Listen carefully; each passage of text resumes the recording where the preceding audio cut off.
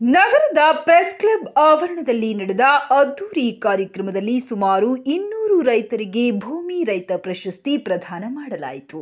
ರಾಜ್ಯದ ವಿವಿಧ ಕೃಷಿ ವಿಶ್ವವಿದ್ಯಾಲಯದ ನಿವೃತ್ತ ಉಪಕುಲಪತಿಗಳು ಹಾಗೂ ಕೃಷಿ ವಿಜ್ಞಾನಿಗಳಾದ doctor Ashok Alur, doctor K Manjunath, doctor Dhananjay T Ramesh, doctor Chidananda ಹಾಗೂ ಭೂಮಿ ಸಂಸ್ಥೆಯ ಮುಖ್ಯಸ್ಥ ರಘುನಂದನ್ ಸೇರಿದಂತೆ ಹಲವು ಗಣ್ಯರು ಕಾರ್ಯಕ್ರಮದಲ್ಲಿ ಉಪಸ್ಥಿತರಿದ್ದರು.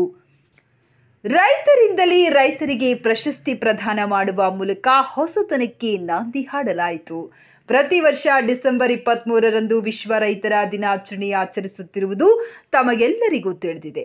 ದೇಶದ ಭದ್ರತೆಗೆ ಯೋಧ ಎಷ್ಟು ಮುಖ್ಯವೋ ಅಷ್ಟೇ ಮುಖ್ಯ ದೇಶದ ಜನರಿಗೆ ಆಹಾರ ಭದ್ರತೆ ನೀಡುವ ಅನ್ನದಾತ. ರೈತರ ಬದುಕಿನಲ್ಲಿ ಸುಧಾರಣೆ ತರುವ ಅಗತ್ಯವಿದೆ ಎಂದು ಕಾರ್ಯಕ್ರಮದಲ್ಲಿ ಭಾಗವಹಿಸಿದ ತಜ್ಞರು ಅಭಿಪ್ರಾಯಪಟ್ಟರು. ಭೂಮಿ ಒಂದು ಡಿಜಿಟಲ್ ಕೃಷಿ ವೇದಿಕೆಯಾಗಿದ್ದು, ಆಧುನಿಕ ತಂತ್ರಜ್ಞಾನ ಬಳಸಿ ರೈತರಿಗೆ ಉತ್ತಮ ಮಾರುಕಟ್ಟೆ, ಭೂಮಿ ಫಲವತ್ತತೆ ಹಾಗೂ ಕೃಷಿಯನ್ನು ಯುವ ಜನಾಂಗಕ್ಕೆ ಆಕರ್ಷಕ ಕ್ಷೇತ್ರವನ್ನಾಗಿ ಪರಿವರ್ತನೆ ಮಾಡುವ ನಿಟ್ಟಿನಲ್ಲಿ ಕಳೆದ 10 ವರ್ಷಗಳಿಂದ ನಿರಂತರವಾಗಿ ರಾಜ್ಯವ್ಯಾಪಿ ಕೆಲಸ ಮಾಡುತ್ತಿದೆ. ಭೂಮಿ ಸಂಸ್ಥೆ ಇದೇ ಮೊದಲ ಬಾರಿಗೆ ರಾಜ್ಯದ ಬಹುತೇಕ ಎಲ್ಲ ಜಿಲ್ಲೆಗಳಿಂದ ಆಯ್ಕೆ ಮಾಡಿದ ಸುಮಾರು 200 ರೈತರಿಗೆ ಪ್ರಶಸ್ತಿ ಪ್ರದಾನ ಮಾಡಿತು.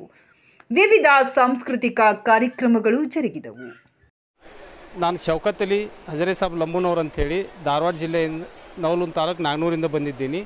ನನಗೆ ಸಾವಯವ ಕ್ಷೇತ್ರದೊಳಗೆ ರಾಜ್ಯದಲ್ಲಿ ಪ್ರಥಮ ಸ್ಥಾನವನ್ನು ಬಹುಮಾನವಾಗಿ ಕೊಟ್ಟಿದ್ದಾರೆ. ನನಗಿಂದು ತುಂಬ ಖುಷಿ ಅನ್ನಿಸ್ತಾ ಇದೆ. Thank you. ನಮಸ್ತೆ ಎಲ್ಲರಿಗೂ. ನನಗೆ ಅತ್ಯುತ್ತಮ ರೈತ ಮಹಿಳಾ ಪ್ರಶಸ್ತಿ ಬಂದಿದೆ. ತುಂಬ ಖುಷಿ ಆಗ್ತಾಯಿದೆ. ಈ ಥರ ಅವಾರ್ಡ್ ಕೊಡೋದ್ರಿಂದ ರೈತರಿಗೆ ಅದು ಒಂದು ಸ್ಫೂರ್ತಿ ಆಗುತ್ತೆ. ಮುಂದೆ ಏನಾದರೂ ಗುರಿ ಇರುತ್ತಲ್ವ, ಅದನ್ನು ತಲುಪೋದಕ್ಕೆ ಅವ್ರಿಗೊಂದು ಸ್ಫೂರ್ತಿ ಆಗುತ್ತೆ. ತುಂಬ ಖುಷಿ ಆಗ್ತಾಯಿದೆ. ತುಂಬ ಧನ್ಯವಾದಗಳು ಭೂಮಿ ರೈತ ಪ್ರಶಸ್ತಿ ಕೊಟ್ಟಿರೋಂತಹ ಟ್ರಸ್ಟ್ಗೆ. ಬೆಂಬಲ ಬೆಲೆ ಏನೂ ಸಿಗ್ತಾ ಇಲ್ಲ.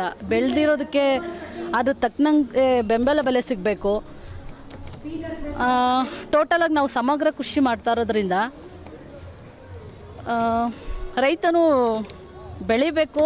ಮಕ್ಕಳು, ಗಂಡ ಮತ್ತು ಬೇರೆ ಏನು ಇದು ಮಾಡ್ದಿರೇನೆ ಕೃಷಿಯಲ್ಲಿ ತೊಡಗಿಸ್ಕೊಂಡ್ರೆ ಹೆಣ್ಮಕ್ಳು, ಆದ್ದರಿಂದ ತುಂಬ ಗಂಡ ಮಕ್ಕಳು ಸಂಸಾರ ನಡೆಸ್ಕೊಂಡು ಹೋಗೋವಂಥ ಧೈರ್ಯ ಹಿಂಗಿರುತ್ತೆ. ಅದನ್ನು ಅದೇ ಥರ ಕೃಷಿಯಲ್ಲೂ ಇನ್ಕ್ಲೂಡ್ ಆಗಿ ಅವರು ಇದು ಮಾಡ್ಕೊಬೇಕು ಅಂತ ಕೇಳ್ತಾರೆ.